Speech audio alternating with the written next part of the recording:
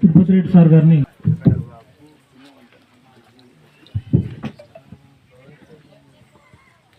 అందరికీ నమస్కారం. ఇక్కడ కోతుల విషయం, కుక్కల విషయం చెప్పడం జరిగింది. దానిపైన కలెక్టర్ వెంటనే స్పందించి మనకు అవకాశం ఇచ్చాడు. మన ప్రయత్నం మనం చేశాము. కానీ కాకపోతే ఒక దిక్కు మన కోతులను పట్టి బయటికి పంపిస్తూ ఉంటే ఇంకో దిక్కు నుండి మళ్ళీ మన గ్రామానికి వస్తుంది. వాటిని మనం వీలైన కాడికి నియంత్రించే ప్రయత్నం చేశాము, కానీ ఇంకా కొంచెం ఇబ్బందికరంగానే ఉంది. అదొకటి మీకు గుర్తు చేస్తూ ఉన్నాను. కరెంటు పోల్లు లేవు, ప్లస్ కొన్ని ట్రాన్స్ఫార్మర్లు కొన్ని షిఫ్టింగ్ చేయాలి. వాటి విషయం కూడా నాకు ప్రజలు నా దృష్టికి తీసుకురావడం జరిగింది. సర్పంచ్ దృష్టికి నా దృష్టికి తీసుకొస్తే వెంబడే వెళ్ళి సంబంధిత అధికారికి మెమోరాండం ఇచ్చి మేము కరెంటు పోల్లు మరియు వీధి లైట్ల విషయం చిన్న చిన్న సమస్యలు ఏమైనా పరిష్కరించే దిశగా అధికారిని కలిసిన విషయాన్ని మీకు గుర్తు చేస్తున్నామమ్మా. ఇది చూడండి, మేము ప్రతిదీ పారదర్శకంగా జవాబుదారీగా పనిచేస్తున్నా అనే విషయాన్ని మీకు మరొకసారి గుర్తు చేస్తూ, మూడో విషయం మన గ్రామంలో కార్నర్ రోడ్డు అక్కడ నుండి ఇక్కడికి వస్తా అంటే మన మంగళ యాదగిరి ఇంటి దగ్గర కార్నర్ మీద యాక్సిడెంట్లు అవుతున్నాయి, బాగా ఇబ్బంది ఉన్నదని నా దృష్టికి తీసుకురావడంతో సంబంధిత అధికారులకు రిప్రజెంటేషన్ ఇచ్చాము. రిప్రజెంటేషన్ ఇచ్చి ఆర్ఎంపీ అధికారులకు రిప్రజెంటేషన్ ఇస్తే వాళ్ళు వచ్చారు. మేము రిప్రజెంటేషన్ ఇచ్చిన తెల్లారే అధికారికంగా వచ్చి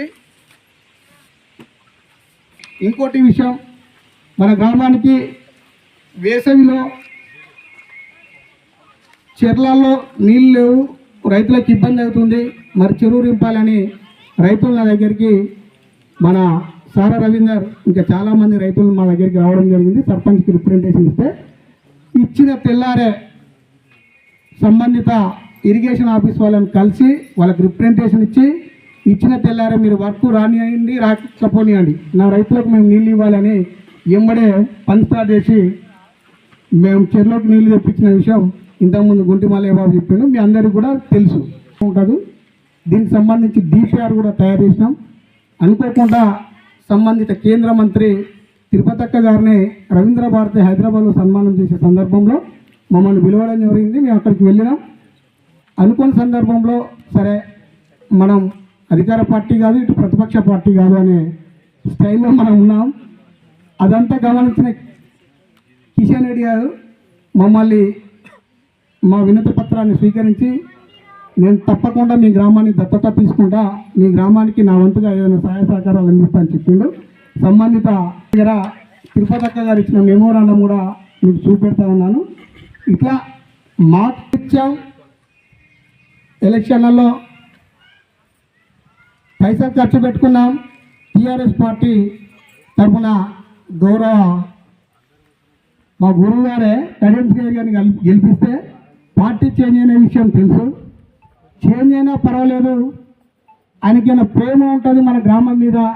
సరే మనం మాట అంటారు, ఎవరు తింటున్నా బుక్కెడు పువ్వు తింటే దాన్ని జీవితకాలం మర్చిపోకుండా అయ్యో నేను నాకు బుక్కెడు పువ్వు పెట్టారు కదా, వాళ్ళకి నేను ఏదైనా కృతజ్ఞతగా ఏమైనా చేయాలనే సంకల్పం ప్రతి ఒక్కరికి ఉంటుంది.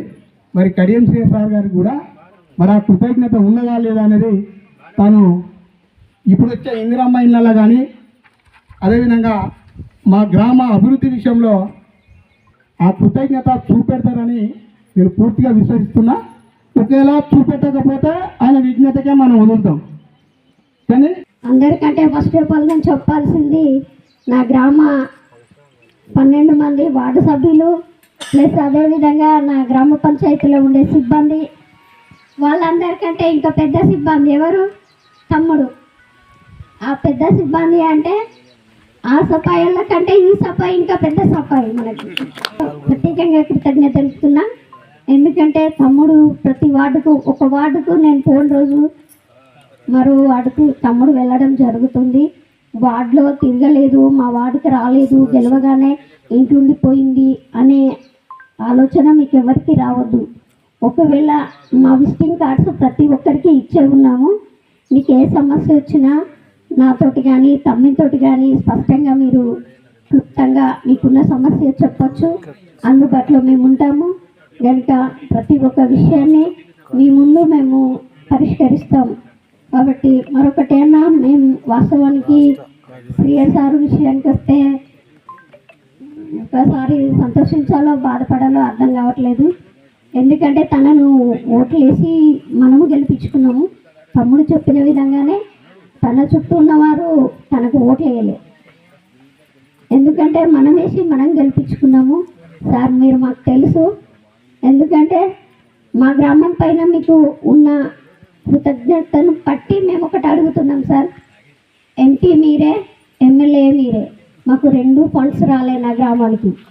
ఆ 2 ఫండ్స్ ఎందుకు ఇవ్వలేదు అని కూడా నేను అడగాను సార్. ఎందుకంటే మీరు ఇస్తారని మేము ఇప్పటికి కూడా మేము నమ్ముతున్నాము. మాకు తెలుసు మీరు రావాలి సార్, మా గ్రామానికి రావాలి. మా గ్రామానికి రావాల్సిన ఫండ్స్ కూడా మీరు ఎంత తొందరగా ఇప్పిస్తే మేము అంత తొందరగా మా గ్రామాన్ని డెవలప్ చేస్తామని మేము కోరుకుంటున్నాం సార్.